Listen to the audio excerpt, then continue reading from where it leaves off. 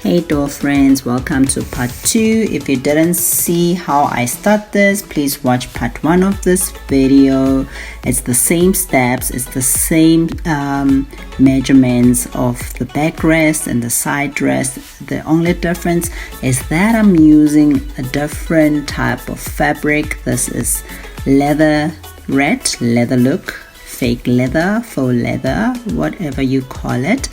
So unfortunately for me, this leather red was folded, and therefore it has that seam, which obviously, because this is not fabric, I cannot iron it, so I'm just gonna have to use it like this. I am just applying our hot glue on the top of the seat and in front, so that the fabric will be stable and in place, that it doesn't move around and make creases.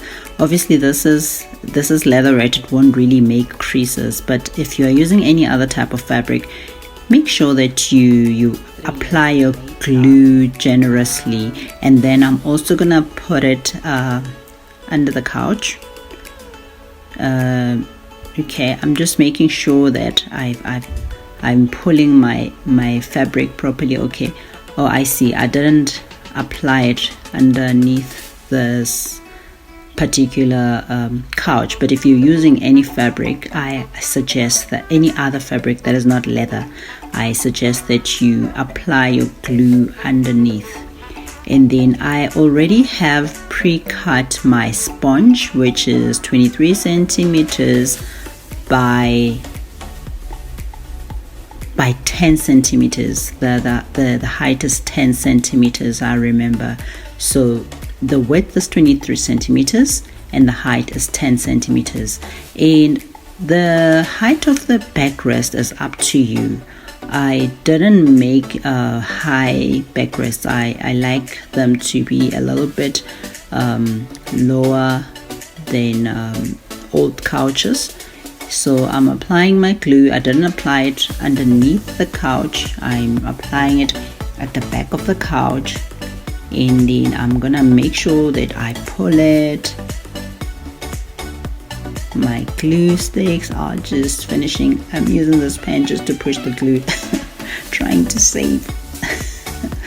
I am running out of glue like nothing. It goes as if it's water. You see that crease that I was complaining about?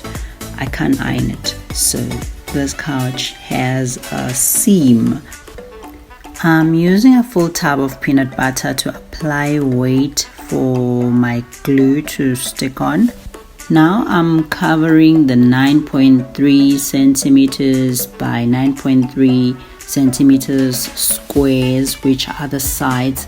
I've already glued my sponges on there, and I'm just applying weight with the peanut butter tub, whatever that you have that you will use for weight for the glue. And then I'm doing the other side. Like I said, the one thing that I forgot to put down is the size of the sponge that is on the sides. You'll see when you measure it, it must be at the height of where the seating of the couch ends. I will just put it here what size it is. Okay, now like I said, the cover of the sides must be wide enough for you to be able to fold it onto the box. There'll be like a centimeter difference in size, so that you'll be able to glue it on the sides. And then after that, this is the part that I forgot to show in the first part of my video with the felt, how I actually glued the sides. I did show how I glued the sides, but what I didn't show is the covering of the sponge and onto the couch. I'm just doing the same thing that I did onto the first side of the side armrests. Okay, now because this is leather fabric, it bulges when you fold it. So the same way that you would cover a book, like you have to cut off, I'm sorry, I'm out of the camera view here. You cut off like a square at the corners in order for you to fold it nicely and that it doesn't make a bulge, because this is thick fabric.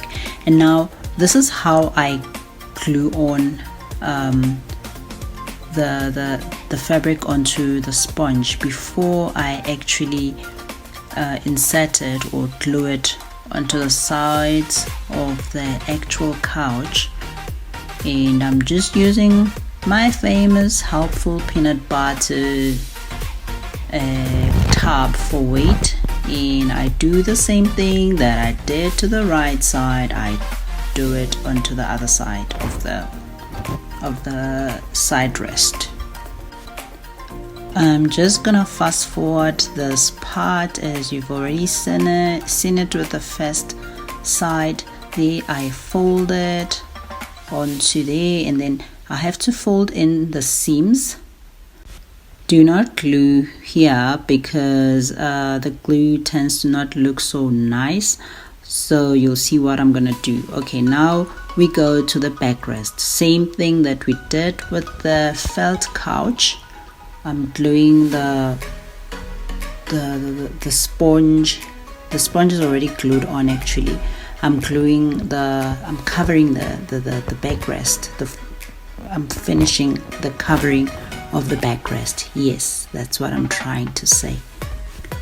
Tuck it in very nicely and neatly, and make sure that you don't have any glue showing. I'm using a spoon or whatever that was to just push in the fabric into the back side and the seat.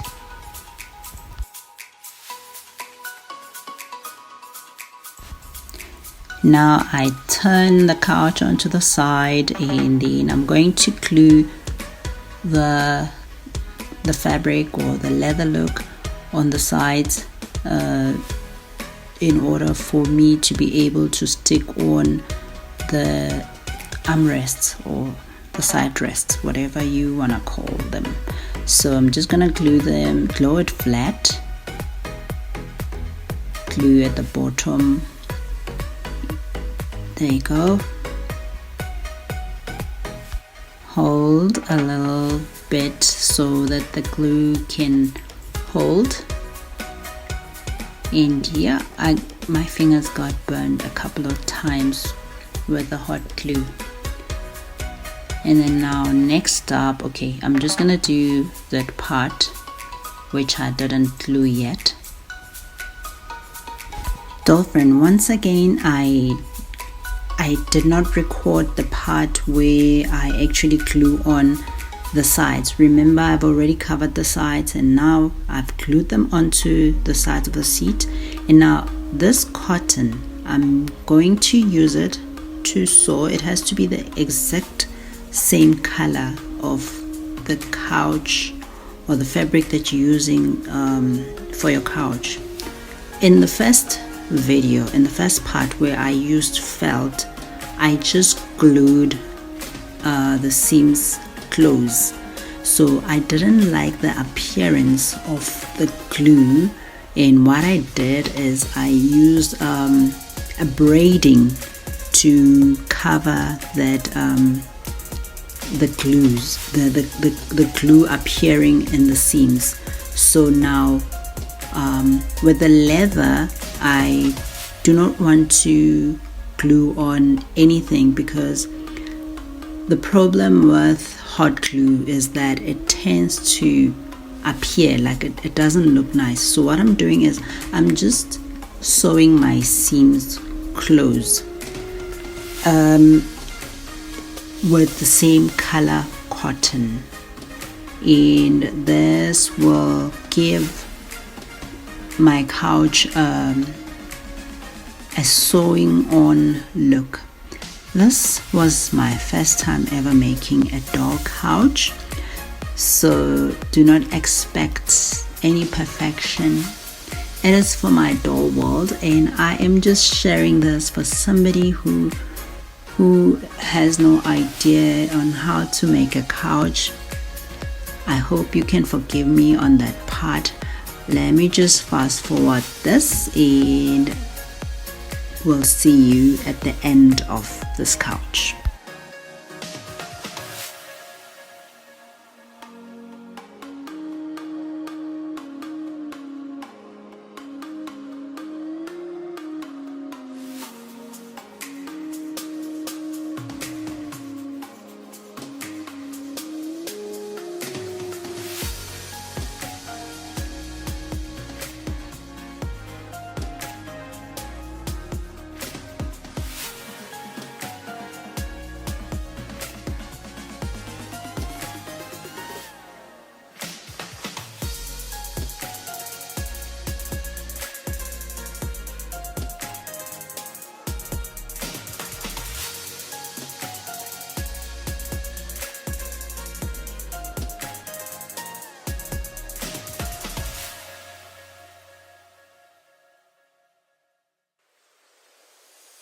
Sometimes there's no one else who loves me like you used to.